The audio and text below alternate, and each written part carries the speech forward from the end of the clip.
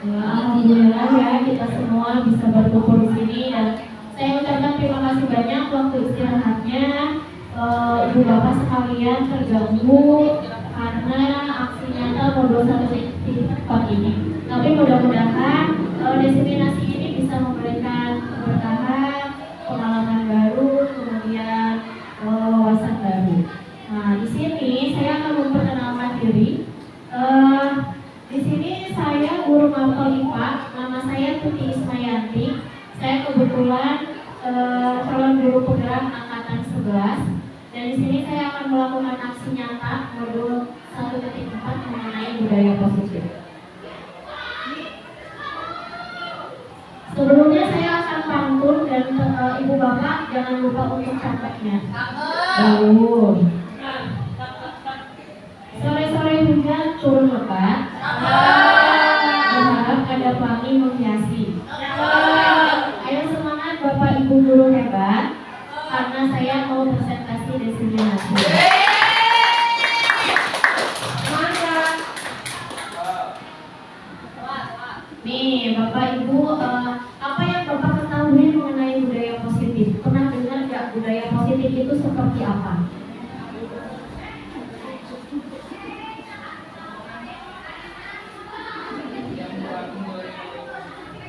Gimana Pak Dodi? Ya, yang mengandung nilai-nilai baik. Intinya budaya positif ini adalah perwujudan dari nilai-nilai atau keyakinan universal yang diterapkan di sekolah. Dan niatnya itu adalah supaya peserta didik kita melakukan hal-hal yang baik yang tidak menyimpang seperti itu. Ya. Nah, budaya positif ini ada apa aja? Salah satunya adalah perubahan paradigma belajar, kemudian disiplin positif, kemudian motivasi perilaku manusia, kemudian kebutuhan dasar, kemudian posisi kontrol restitusi, keyakinan kelas, dan segitiga restitusi. Nah, Bapak Ibu coba sekarang berpasang-pasangan Bapak Ibu, berdua ya berpasang-pasangannya. Nah, saya akan bacakan. Kita sekarang akan melakukan permainan cobalah buka, tapi dengan buka yang lain, ya. Tapi harus berpasang-pasangan. Nah, di sini Anda dan teman Anda akan melakukan kegiatan cobalah buka. Anda adalah A. Tugas Anda adalah mengepalkan salah satu tangan Anda. Coba Anda bayangkan bahwa Anda menyimpan sesuatu yang sangat berharga di dalam kepalan tangan Anda. Anda perlu menjaga benda tersebut sekuat tenaga Anda karena begitu pentingnya untuk kehidupan Anda. Sekarang salah satunya adalah tugas B. Tugas B-nya berarti rekan Anda itu mencoba dengan segala cara untuk membuka kepala kanan Anda dengan membujuk, menghardik, mengintimidasi, memarahi, menggoda, menggelitik, bahkan menawari Anda uang agar Anda bersedia membuka kepala kanan Anda. So, sekarang kalian lakukan, ibu bapak lakukan yang satu A, yang satu B. Yang B ini memaksa si A untuk membuka kepala si A. Bisa nggak?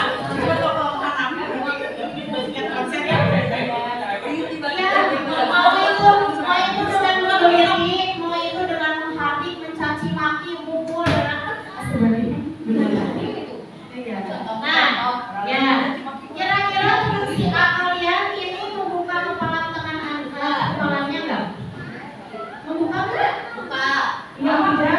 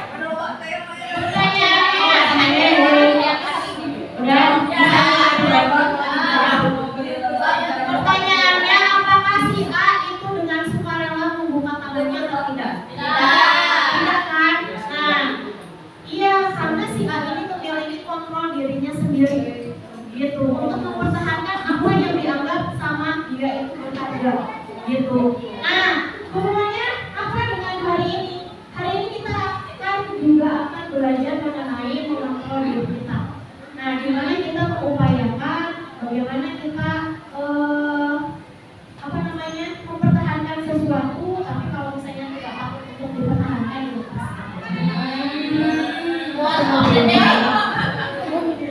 Nah, oke, kita lanjut ya. Nah, pergeseran paradigma teori kontrol menurut Dr. William Glasser ini adalah ada beberapa macam. Yang pertama adalah ilusi guru mengontrol murid. Jadi si Dr. William Glasser ini mengungkapkan bahwa guru harus bisa mengontrol muridnya. Jelas ini harus bisa mengontrol muridnya ke arah yang lebih baik. Kemudian ilusi bahwa semua penguatan positif itu efektif dan bermanfaat. Pasti kita seorang pendidik akan mengarahkan ke hal-hal yang baik, kemudian yang bermanfaat, yang menguntungkan untuk peserta didik tersebut. Kemudian ilusi bahwa kritik membuat orang merasa bersalah dapat menguatkan karakter. Nah, kita membuat peserta didik ini bisa menerima kritik dan saran dari kita seorang pendidik. Tujuannya untuk apa? Tujuannya untuk menguatkan karakter peserta didik tersebut. Kemudian ilusi yang terakhir bahwa orang dewasa memiliki hak untuk memaksa, tetapi memaksa di sini tentunya ke hal yang baik. Nah, di sini perubahan paradigma dari stimulus kontrol yang tadi menurut Dr. William ke teori kontrol. Yang tadinya realitas kebutuhan kita sama katanya, tetapi pada teori kontrol sesungguhnya itu realitas kebutuhan setiap orang pasti berbeda. Kemudian semua orang melihat hal yang sama, tetapi setiap orang memiliki pandangan yang berbeda. Kemudian kita mencoba mengubah orang agar berpandangan sama dengan kita. Kita tidak bisa memaksa orang harus sama pandangannya dengan kita. Kemudian perilaku buruk dilihat sebagai suatu kesalahan. Semua perilaku memiliki tujuan. Makanya nanti kita akan belajar yang namanya restitusi atau segitiga restitusi. Nah, dari perubahan yang tadi, dari Dr. William ke kontrol ini intinya adalah perubahan paradigma belajar yang bertujuan untuk paradigma ini sesuai dengan profil pelajar Pancasila. Pembelajaran paradigma baru memfokuskan peserta didik sebagai pusat dalam kegiatan pembelajaran. Pembelajaran yang dirancang harus memenuhi kebutuhan dan karakteristik beragam dari masing-masing peserta didik agar proses belajar pun menjadi lebih bermakna. Salah satu hal yang cukup menarik perhatian yang diusung dalam pembelajaran paradigma baru adalah penerapan profil pelajar Pancasila. Di sini Bapak Ibu sudah menerapkan profil pelajar Pancasila atau belum? Sudah ya? Sudah. Nah, profil pelajar Pancasila ini adalah apa aja? Yang salah satunya adalah beriman, bertakwa kepada Tuhan Yang Maha Esa, dan berakhlak mulia. Makanya kita sebelum pembelajaran kita membiasakan dengan apa? Membaca doa terlebih dahulu. Kemudian mandiri, pasti di pembelajaran itu akan kita terapkan untuk membentuk karakter mandiri. Kemudian bernalar kritis, kreatif, bergotong royong, dan keanekaragaman global. Di sini bergotong royongnya bukan untuk bersih-bersih, bukan, tetapi di sini untuk bekerja sama seperti itu. Masih semangat Bapak Ibu? Semangat belum? Kalau sedikit panas ya, tapi gak apa-apa. Oke, kita lanjut. Nah, yang kedua di sini ada disiplin positif. Disiplin dan positif, disiplinnya aja berarti kita akan melakukan hal-hal yang seharusnya kita lakukan. Positifnya berarti kita melakukan hal-hal yang positif. Nah, di sini disiplin positif adalah menanamkan motivasi yang kepada murid-murid kita, yaitu untuk menjadi orang yang mereka inginkan dan menghargai diri sendiri dengan nilai-nilai yang mereka percaya. Kemudian kita sebagai pendidik, tujuan kita adalah menciptakan anak-anak yang memiliki disiplin diri sehingga mereka bisa berperilaku dengan mengacu pada nilai-nilai kebijakan universal dan memiliki motivasi intrinsik bukan ekstrinsik. Kita sebagai pendidik tidak boleh memaksakan lagi peserta didik untuk belajar sesuai dengan yang kita dulu belajar ketika SMA. Misal, kita nih paham ya, belajar kimia itu misalnya dengan cara menghafal seperti dulu pas kita SMA. Sebab sekarang kita dari dulu kita menerapkan lagi hal tersebut kepada peserta didik kita, itu tidak boleh. Karena menurut Ki Hajar Dewantara, kita itu harus mendidik sesuai dengan kodrat alam dan kodrat zaman. Jadi kita harus menyesuaikan dengan situasi atau kodrat-kodrat pada zaman sekarang. Misalnya nih, anak-anak sekarang itu lebih suka BTS.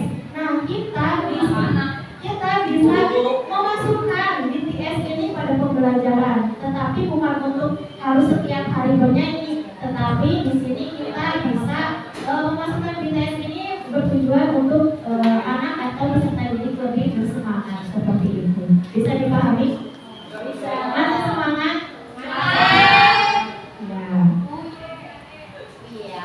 Ya. Nah, di sini nilai-nilai kebajikannya. Yang pertama jelas tadi profil pelajar Pancasila, kemudian ego perhatian program atau sikap peserta didik atau murid, kemudian 9 pilar karakter, kemudian petunjuk seumur hidup dan keterampilan hidup, kemudian moral. Nah, di sini nilai kebijakan yang kita harus miliki untuk siapa? Untuk pendidik yang akan diterapkan pada peserta didik. Nah, di sini saya mau bertanya kepada Bapak Ibu. Bila di sekolah Anda, berarti di sini kan tidak ada aturan yang memberikan surat teguran bagi karyawan yang sering datang terlambat, atau tidak ada atasan yang memberikan Anda penghargaan menjadi karyawan terbaik karena sering tepat waktu. Apakah Anda akan tetap datang tepat waktu untuk mengajar murid-murid Anda? Jelaskan.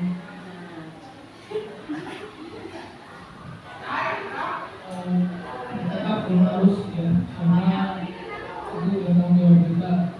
Kita tanggung jawab itu. Gara-gara hal yang tadi kita menjadi jadi harusnya tetap tepat waktu.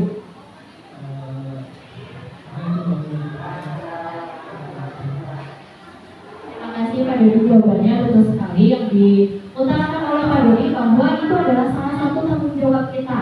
Kalaupun misalnya ada penghargaan atau misalnya pujian, itu adalah salah satu bonus yang kita dapatkan. Tetapi kita harus meyakinkan diri kita bahwa tanggung jawab kita adalah mencerdaskan anak bangsa. Jadi mau ada teguran atau misalnya penghargaan, berarti ketika kita jawabnya untuk mengajar, kita harus tepat waktu ke sekolah. Seperti itu. Paham? Masih semangat? Oke. Kita lanjut ya. Oke. Nah, manusia ini memiliki motivasi perilaku dan itu ada 3. Yang pertama, untuk menghindari ketidaknyamanan atau hukuman. Kedua, untuk mendapatkan imbalan atau penghargaan dari orang lain. Ketiga, untuk menjadi orang yang mereka inginkan dan menghargai diri sendiri dengan nilai-nilai yang mereka percaya. Nah, salah satu contohnya dengan kita datang tepat waktu, kemudian tanpa mengharapkan imbalan, itu adalah salah satu sikap kita untuk menghargai diri kita sendiri dengan nilai-nilai yang kita percayai. Kita percaya aja lah, nggak apa-apa, nggak dapat imbalan, yang penting kita melaksanakan kewajiban kita, mungkin nanti imbalannya dari Allah misalnya. Amin. Seperti itu ya. Nah, untuk mendapatkan imbalan atau penghargaan dari orang lain wajar. Kita manusia pasti sedikitnya ada pengharapan seperti itu. Tetapi penghargaan di sini kita harus mengenai uang, kado, tapi pujian juga itu salah satu ada imbalan atau penghargaan dari orang lain. Nah, untuk menghindari ketidaknyamanan atau hukuman, dengan kita datang tepat waktu juga kan ya, kita menghindari dari hukuman yang yang diberikan oleh atasan kita. Makanya motivasi perilaku manusia kurang lebih ada 3 seperti itu. Masih semangat? Semangat. Ini jangan tuh minum aja nih, ya. Yang banyak. Ya.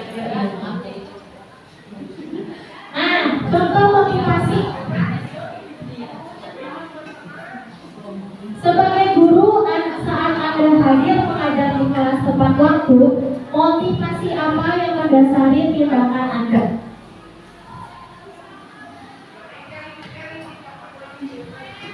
Terima kasih menjawab. Motivasi saya mungkin di yang kedua ya, yang tadi kalau karena hukuman memang pikiran kita tidak, walaupun tidak ada hukuman tertulis atau sanksi tertulis, tetapi kan itu menjadi sanksi sosial yang kita memiliki rasa malu gitu. Jadi kalau misalnya telat izin telat sieun gitu. Tapi untuk saya pribadi, saya memang memotivasi diri saya untuk tidak terlambat. Kenapa? Karena saya tidak ingin peserta didik saya juga terlambat gitu. Kalau misalnya kita tidak ingin atau kita akan menciptakan budaya positif di sekolah, tetapi kita sendiri tidak memulai untuk disiplin, itu mungkin tidak akan terrealisasi. Jadi salah satu untuk menciptakan disiplin positif ya salah satunya itu dari kita, motivasi kita untuk tidak terlambat itu apa ya, tanamkan dari diri sendiri bahwa itu memang sudah kewajiban kita untuk datang tepat waktu, sehingga nanti kedepannya peserta didik juga mengikuti kita dan budaya positif itu bisa dilaksanakan di sekolah kita. Terima kasih. Boleh tepuk tangan dulu untuk Bu Sari. Yang luar biasa sekali penjelasannya. Nah, ini tuh sebenarnya yang dijelaskan oleh Bu Sari adalah salah satu faktor motivasi kita sebagai pendidik untuk terlaksananya budaya positif di sekolah. Ya. Nah, tadi Bu Sari memilih bahwa untuk menghargai nilai-nilai diri sendiri ya Bu Sari ya. Nah, kenapa seperti itu? Karena Bu Sari ini yang katanya peserta didik tidak mau mencontoh hal buruknya dalam Bu Sari, tetapi harus mencontohkan yang baiknya, karena seorang pendidik adalah dicontoh dan ditiru ya, digugur dan ditiru seperti itu. Kita lanjut ya. Nah, di sini ada hukuman, konsekuensi dan restitusi. Kalau tadi motivasi yang pertama kan ada hukuman ya, kemudian menginginkan imbalan, kemudian menghargai diri sendiri. Nah, di sini ternyata ada macam-macamnya hukuman itu, ada hukuman, ada konsekuensi atau restitusi, itu semuanya berbeda. Nah, kalau hukuman itu tidak terancana, dia itu bersifat satu arah, bisa berupa hukuman fisik, psikis atau kata-kata kasar. Sedangkan konsekuensi itu bersifat terancana, sudah disepakati, bentuk-bentuk konsekuensinya dibuat oleh pihak guru atau sekolah. Contohnya, misal kepala sekolah itu udah bilang, kalau misalnya telat nanti misalnya dipotong gaji. Tiba-tiba ibu bapak guru di sini itu telat, ketika pembagian honor itu tiba-tiba ada pemotongan. Itu berarti termasuknya bukan hukuman tapi konsekuensi. Karena apa? Karena atasan kita sudah memberitahu terlebih dahulu bahwa kalau misalnya telat itu pasti ada konsekuensinya A, B, C, seperti itu. Bisa dipahami? Sedangkan restitusi adalah proses menciptakan kondisi bagi murid untuk memperbaiki kesalahan mereka, sehingga mereka bisa kembali pada kelompok mereka dengan karakter yang lebih kuat. Kita lanjut.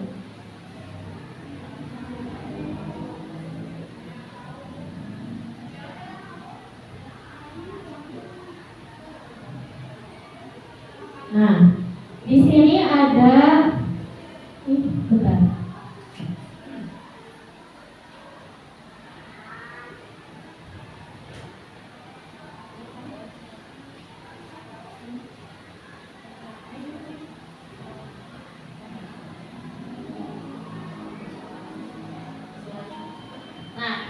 Di sini ada perbedaan mengenai hukuman konsekuensi dan restitusi pada kasus murid datang terlambat ke sekolah. Kalau hukuman itu pasti murid itu disuruh berdiri di depan kelas oleh pendidik atau guru. Kemudian guru marah-marah ke murid atau murid disuruh menulis saya tidak akan terlambat lagi sebanyak 100 kali. Itu berarti contoh realnya suatu hukuman. Sedangkan konsekuensi di sini guru memberikan konsekuensi berada di dalam kelas selama jam istirahat. berlangsung. Guru tegas dan murid menghormati peraturan. Karena si peserta didik ini tahu bahwa kalau misalnya datang terlambat itu tidak boleh istirahat, misalnya seperti itu. Sedangkan kalau restitusi, guru menanyai keyakinan kelas yang telah disepakati dan guru membantu menyelesaikan masalah. Kemudian murid terbuka dan menghormati dirinya dan orang lain. Seperti itu. Masih semangat? Masih. Oke. Kita lanjut ya Bapak Ibu. Nah, di sini Ibu Bapak harus menjawab. Di sini ada beberapa poin tersebut hukuman atau konsekuensi. Ya, kita lihat nomor 1. Mencatat 100 kali di dalam buku kalimat saya tidak akan terlambat lagi karena terlambat ke sekolah. Bu, siapa ya? Bulan. Yang apa? Lupa. Gak kelihatan. Iya. Ini nomor 1 ya. Mencatat 100 kali di buku kalimat saya tidak akan terlambat lagi karena terlambat sekolah. Nah, ini termasuk hukuman atau konsekuensi Bu Nenden? Hukuman. Nah, kenapa hukuman?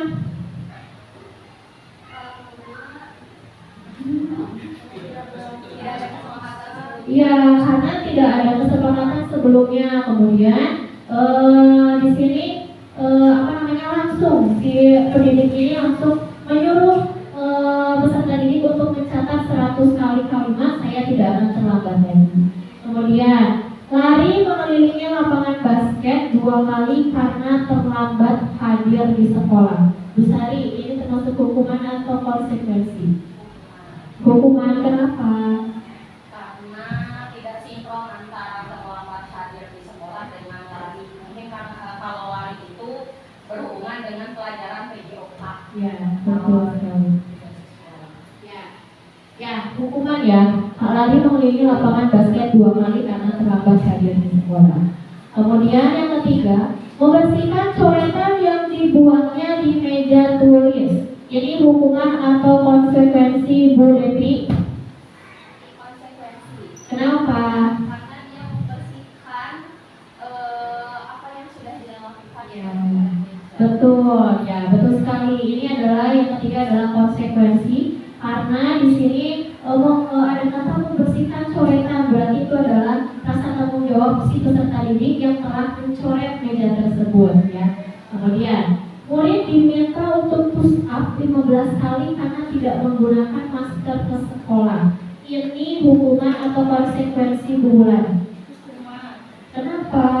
Karena tidak berhubungan dengan tidak menggunakan masker, kemudian hukumannya berupa fisik. Ya betul sekali ya. Jadi langsung aja dulu push up 15 kali itu adalah salah satu hukuman. Kemudian berdiri di depan kelas sambil mengangkat kaki satu karena tidak bisa menjawab pertanyaan.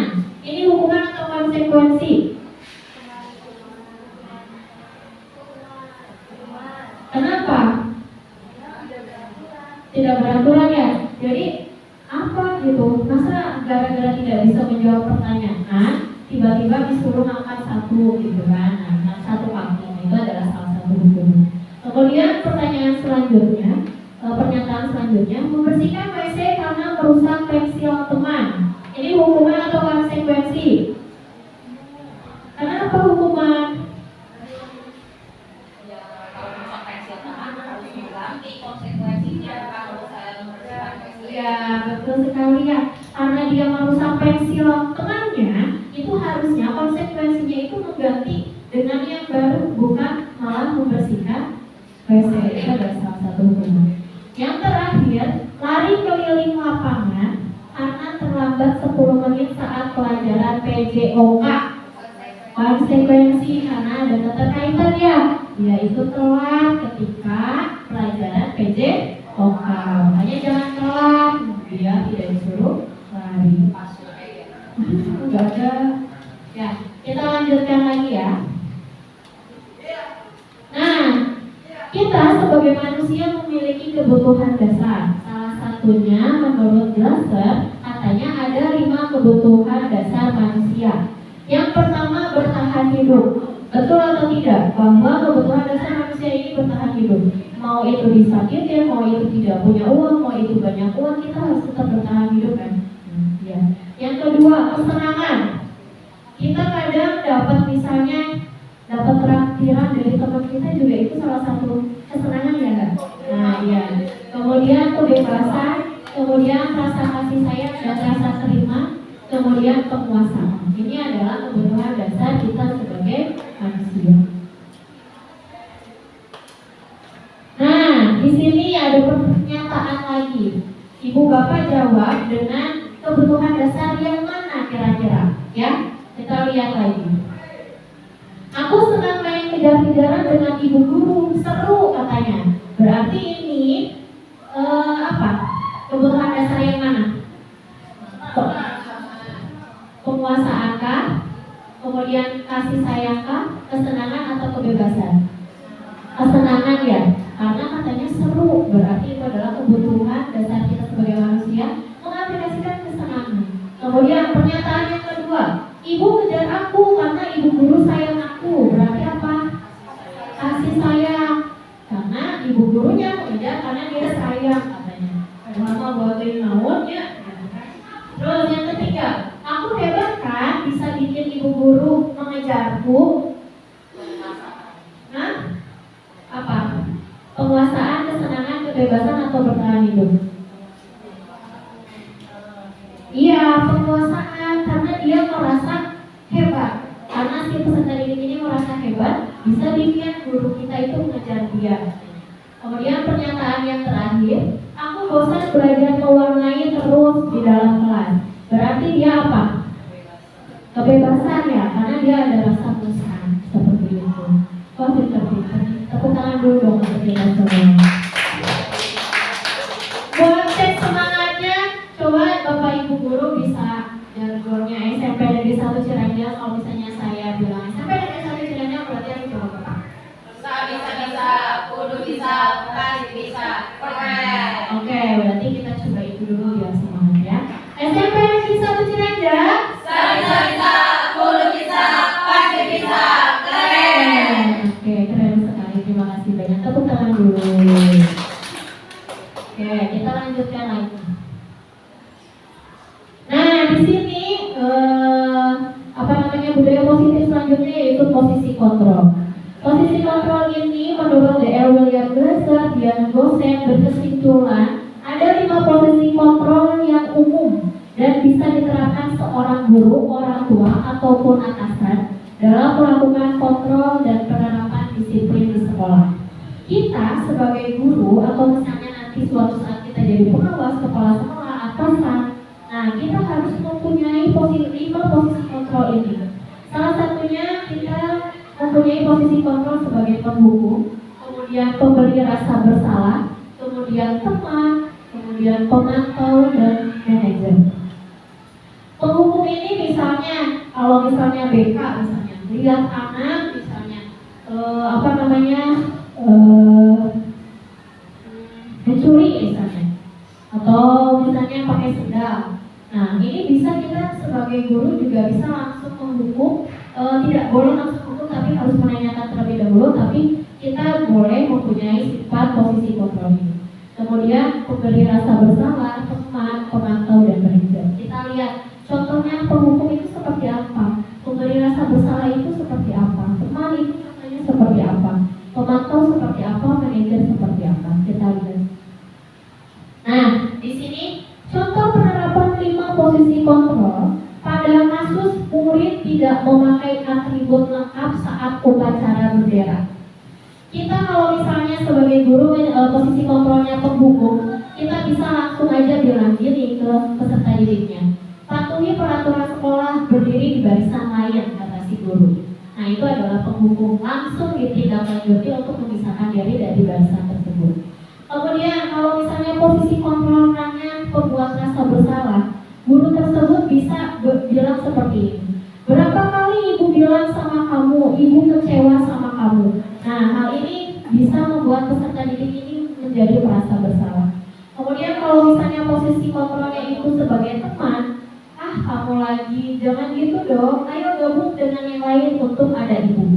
Jadi seolah-olah antara murid dan ibu itu dekat sekali, makanya Bu Guru ini bisa bilang seperti ini. Kemudian posisi kontrol pemantau. Guru tersebut bisa bilang, kamu sudah melanggar peraturan sekolah.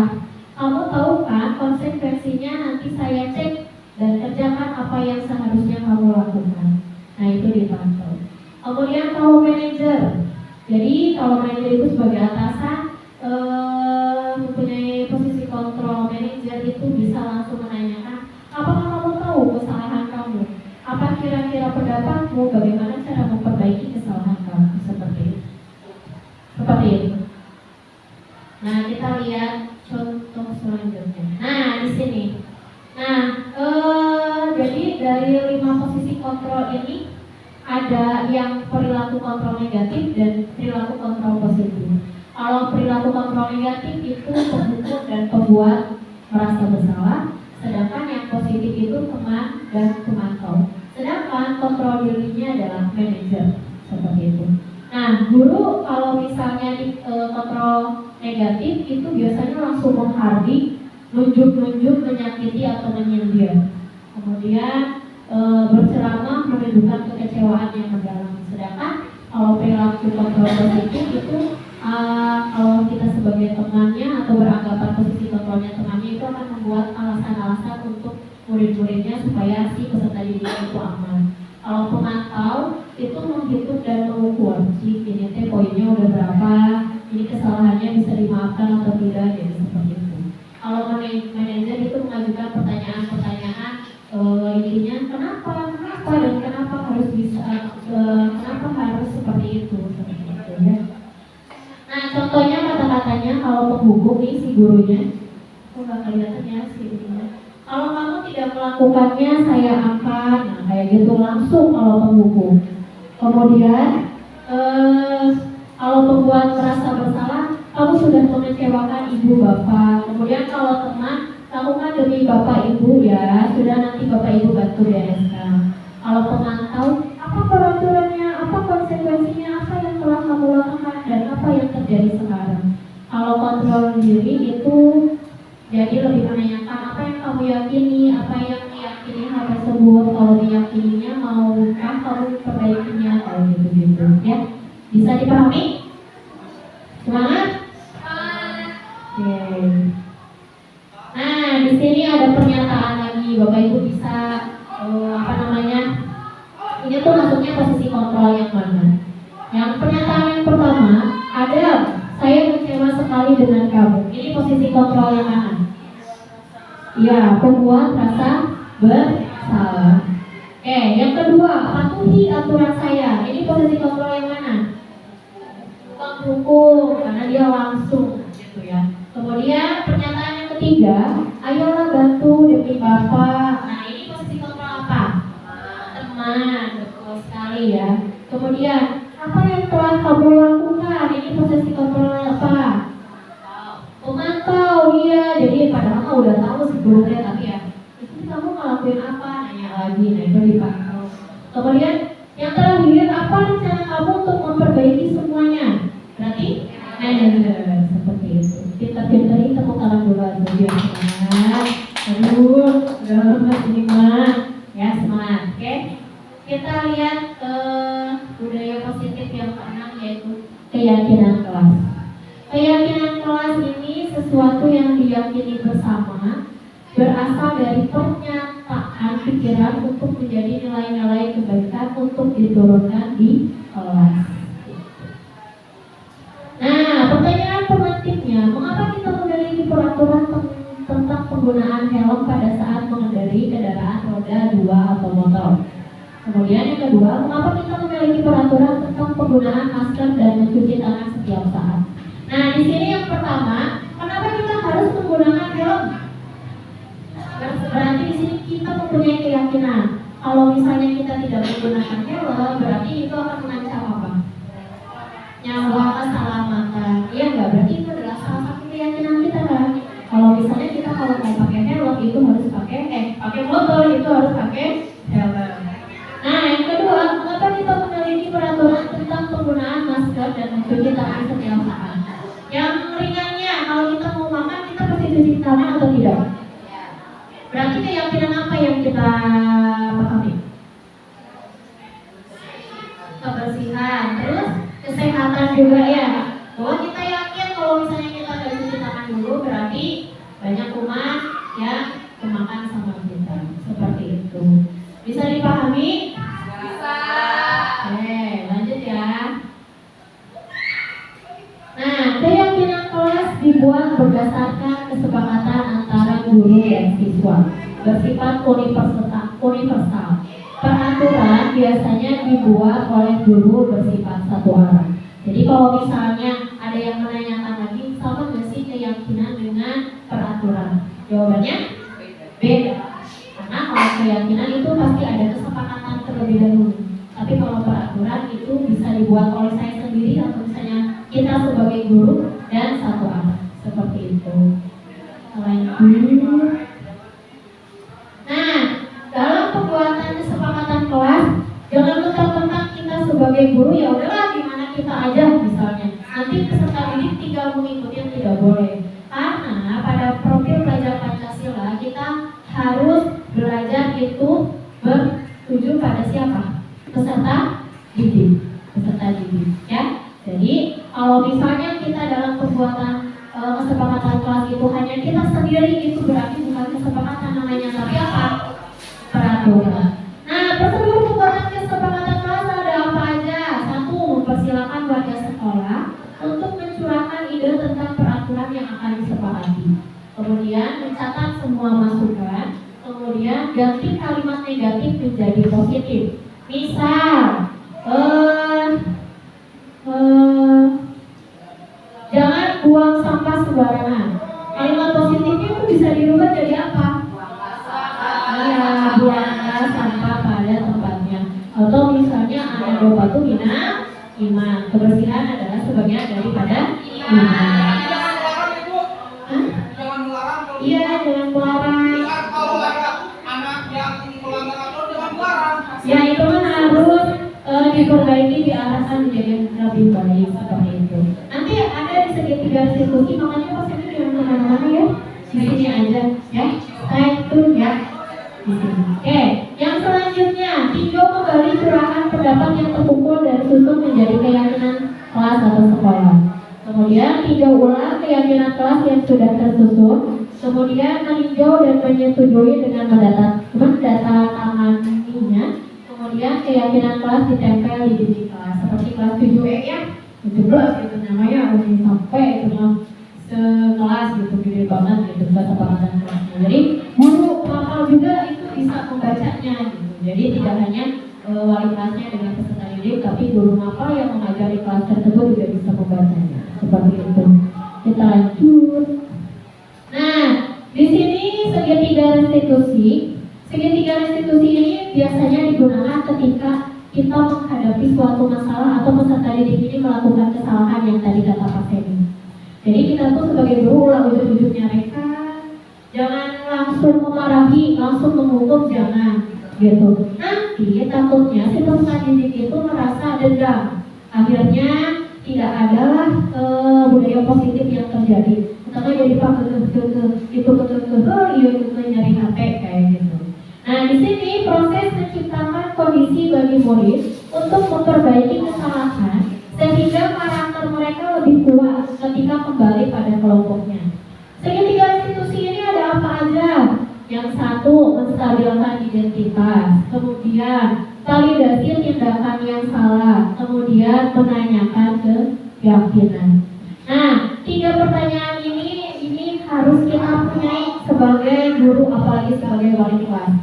Biasanya ketika peserta didik ini melakukan kesalahan, mau langsung diantarkan ke kepala sekolahnya tuh. Pasti sama kita dulu sebagai wali kelasnya, ini teh ayah mau ditanya dulu. Nah, salah satu contohnya saya kemarin sudah melakukan segitiga restitusi pada anak di SMP Negeri 1 Ciranjang. Ini hanya contoh satu kasus. Nah, ini bisa didengarkan ya.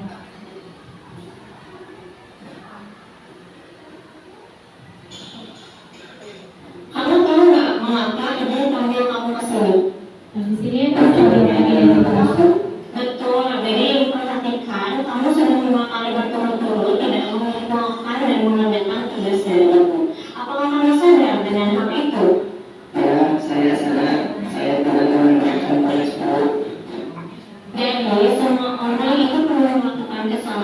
termasuk ibu. Nah, setiap tindakan pasti ada alasannya. Kira-kira kenapa kamu tidak menerima tugas dari ibu? Saya akan melanjutkan soalnya karena yang berkaitan sama dengan kelas, akhirnya saat belajar saya ketinggalan kelas. Kamu masih ingat dengan keyakinan kelas kita?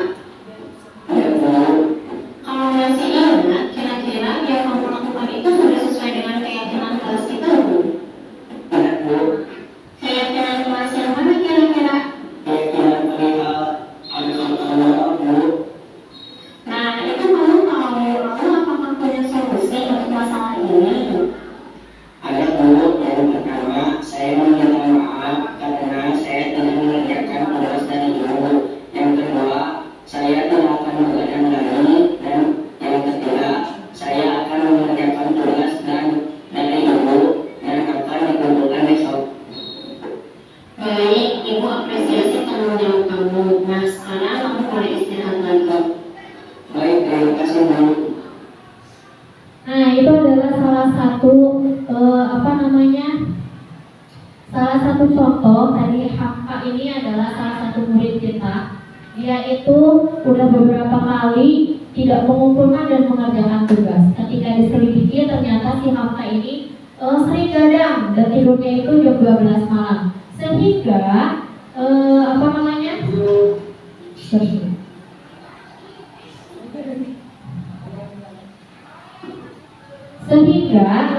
si Hamka ini ngantuk di kelasnya, makanya dia tidak mengerjakan tugasnya. Makanya tadi itu ada beberapa pertanyaan. Yang satu, menstabilkan identitas. Saya menanyakan terlebih dahulu, benar gak ini kamu melakukan hal ini? Ternyata benar. Kemudian yang kedua, validasi tindakan yang salah.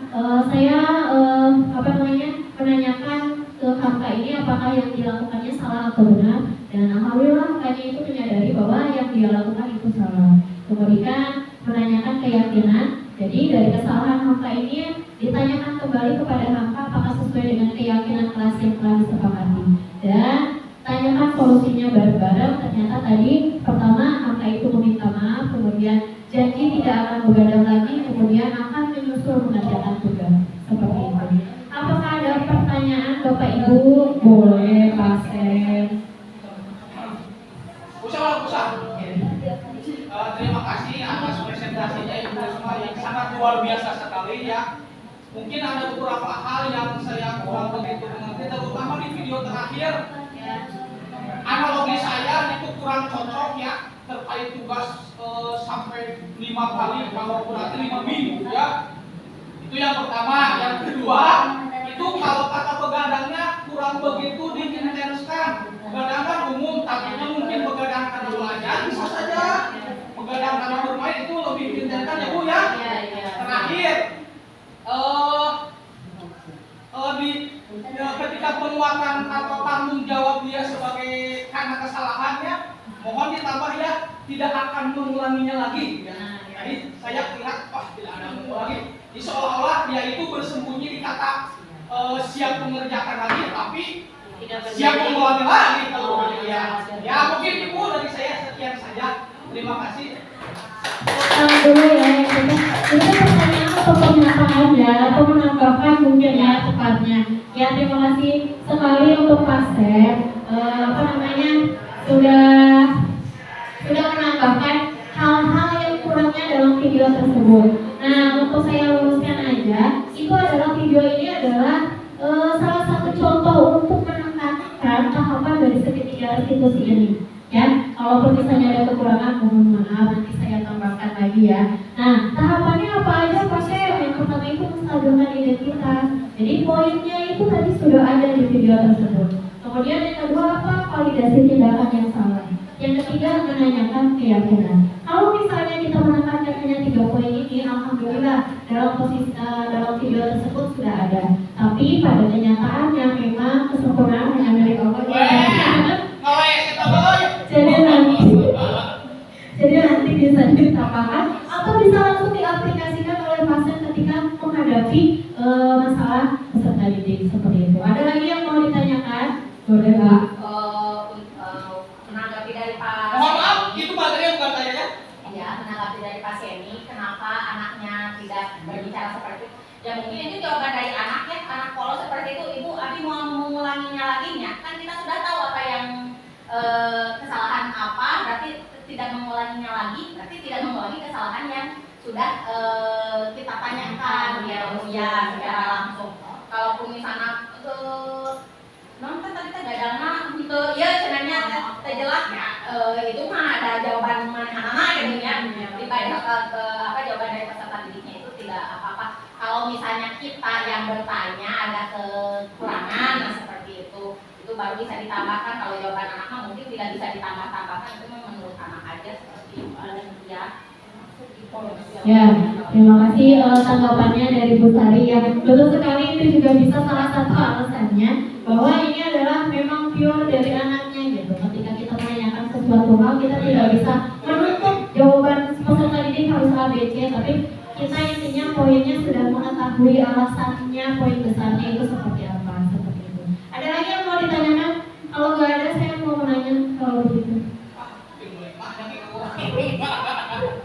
Oke, saya mau bertanya Bapak Ibu mengenai ini. Nah, tadi saya sudah menjelaskan mengenai motivasi perilaku manusia. Ada 3 kan? Yang pertama itu ketidaknyamanan atau hukuman. Yang kedua itu mendapatkan imbalan atau penghargaan. Yang ketiga itu menghargai diri sendiri. Yang mau saya tanyakan, boleh nggak sih kita memberi reward pada peserta didik kita? Dampaknya itu positif atau negatif? Boleh. Oke, Pasien. Oke, saya mau tahu dulu alasannya Pasien. Kenapa Karena boleh? di situ ada nomor untuk mendapatkan imbalan. Oke, nah di sini kan tidak ditulis ya Pasien ini itu pendapatnya positif atau negatif? Apakah keduanya? Gimana menurut pandangan Pasien? Secara kata imbalan yang waktu imbalan KBBI itu ruang lingkupnya kepada hal positif. Adapun hal negatif bukan imbalan tapi hukuman bahasanya. Betul sekali maksudnya, betul sekali. Ada lagi yang mau menambahkan, Bu Sari? Kalau menurut saya itu ada dampak negatifnya. Ada dampak negatifnya. Kalau misalnya Korea mah si ibu emang jawabnya orang mah Korea misalnya si ibu emang kata mereka naon cenah ngajawab teh cenah gitu Kak. Walaupun misalnya kan reward untuk misalnya hebat terima kasih ya itu memang suka dilakukan mungkinnya sama kita. Tapi kalau misalnya reward seperti memberikan suatu penghargaan suatu barang gitu, itu mungkin akan ada dampak negatifnya karena kita mengerjakan sesuatu itu pasti diingatannya pasti ada imbalan, jadi nanti kedepannya itu tidak sukarela gitu, motivasinya bukan dari diri sendiri tetapi gimana bakal ada imbalan gitu. Jadi akan ada dampak negatifnya menurut saya. Ya betul sekali ya. Kayak masalah sepele kayak misalnya biarin saya yang punya, saya gurunya, jadi gimana saya mau memberikan hadiah atau tidak. Tapi pada nyatanya itu ada dampak negatifnya. Salah satunya yang tadi sudah dijelaskan oleh Bu Sari, bahwa nantinya itu peserta didik akan merasa gitu. Jadi yang tadinya bersemangat tapi gara-gara misalnya tidak dipilih dan tidak dapat timbal, akhirnya udah gak akan menjawab. Bu Sari pun tidak akan mengasih saya hadiah pasti ke orang A aja misalnya seperti itu. Nah itu salah satu dampak negatifnya seperti itu ya. Tapi boleh gak sih kalau misalnya pada kesepakatan awal atau kesepakatan kelas awal bahwa kita akan memberi reward ketika kepada peserta didik yang bisa menjawab atau misalnya bisa menjawab pertanyaan misalnya, boleh gak?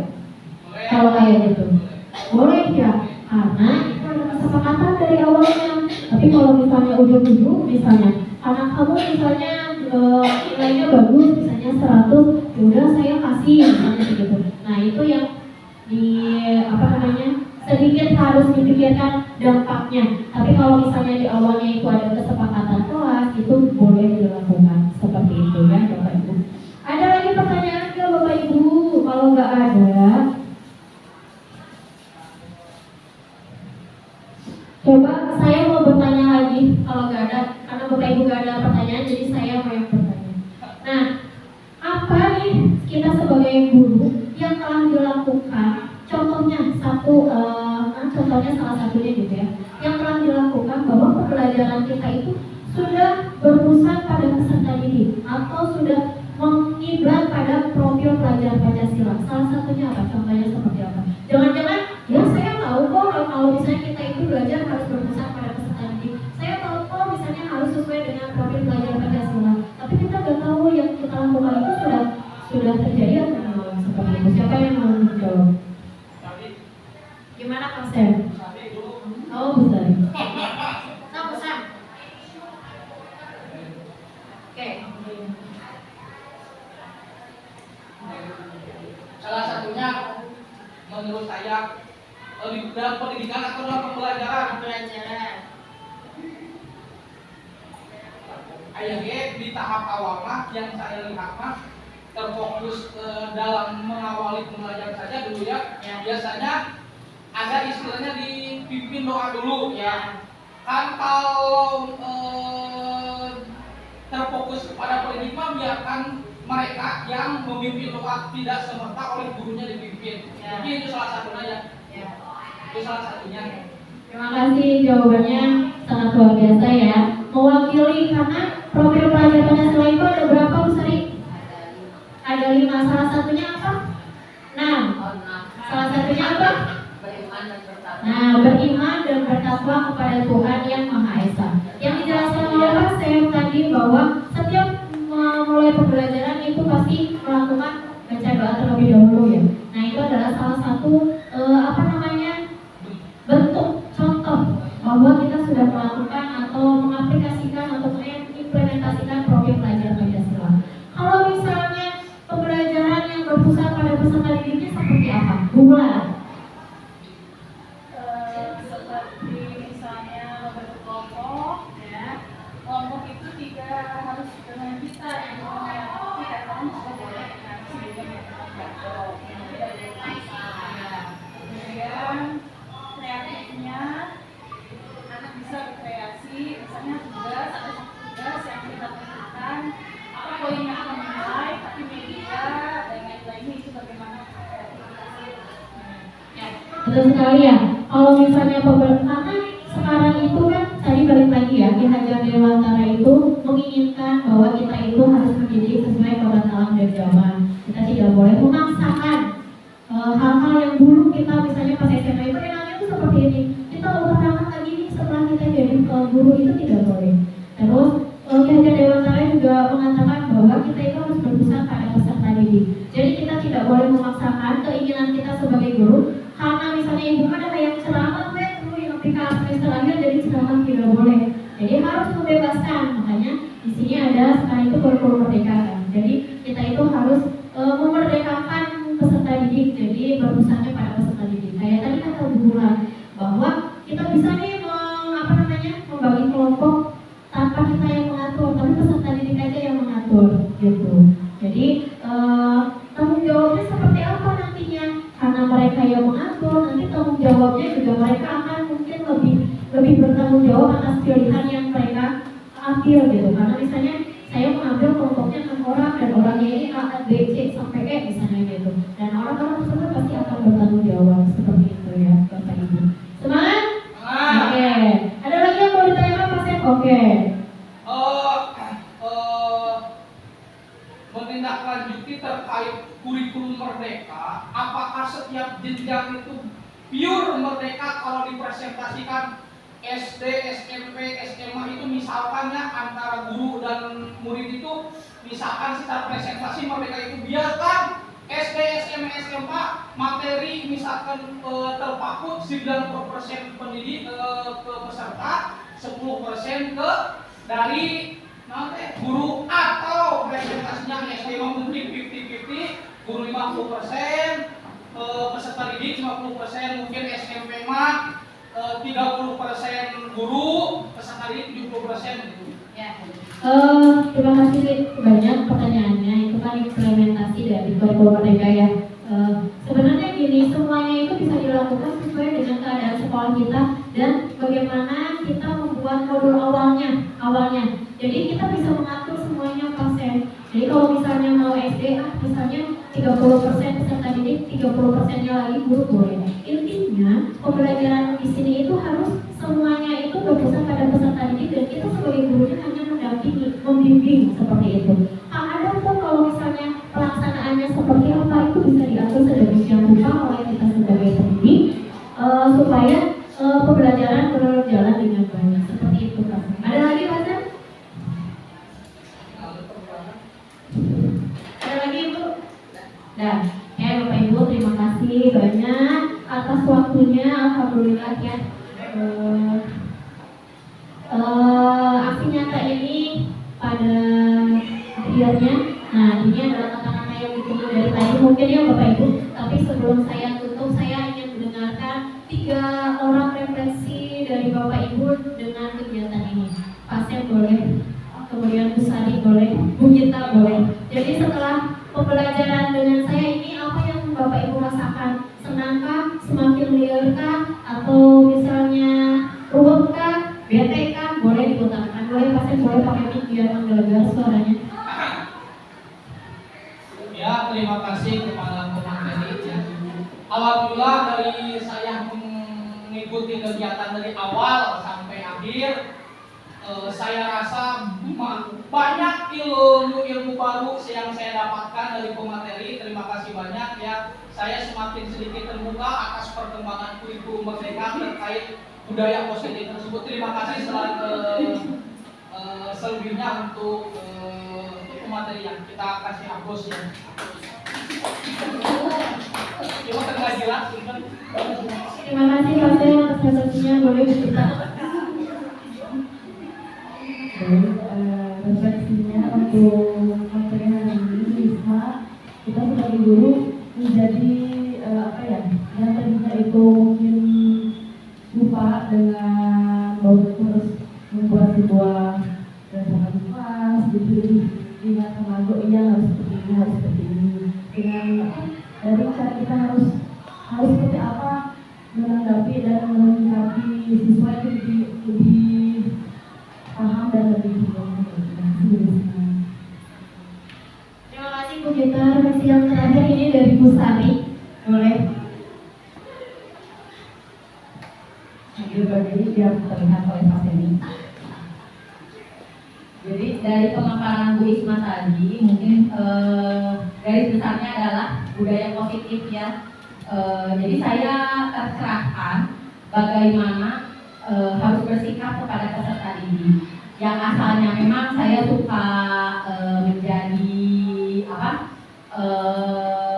teman, kemudian menjadi pemantau, tetapi seharusnya sikap kita itu adalah menjadi seorang manajer. Ya, di mana itu kita tidak terlebih dahulu tidak menghakimi siswa untuk kesalahan yang mereka perbuat, tetapi kita harus tahu dulu apa alasan mereka berbuat seperti itu. Jangan-jangan ada alasan di balik itu, apakah di internalnya atau misalnya eksternal di sekolahnya. Jadi kita tidak semata-mata langsung menghardik, mengancam, kemudian menghukum peserta didik yang memiliki atau yang membuat kesalahan. Tapi kita harus bertanya dulu melalui tadi segitiga restitusi tersebut. Jadi nanti yang ujung-ujungnya mudah-mudahan tercipta budaya positif di sekolah kita. Seperti itu. Terima kasih. Oke, tepuk tangan untuk Bu Sari. Oke, terima kasih banyak Bapak Ibu. Kesimpulannya pada kegiatan ini adalah harapan saya dan kesimpulan saya adalah mudah-mudahan kedepannya kita sebagai guru bisa mengaplikasikan apa yang kita tahu supaya nanti kita akan menghasilkan peserta didik yang kita harapkan, sesuai yang kita harapkan ya. Oke, sebelum menutup karena tadi diawali oleh pantun maka diakhiri juga oleh pantun, jangan lupa cakepnya ya. Oke, pergi mancing ikan nila. Cakep. Ikannya dipancing di waktu senja. Cakep. Salam undur diri dari saya. Cakep. Dan tepuk tangan untuk kita semua. Alhamdulillah. Assalamualaikum warahmatullahi wabarakatuh.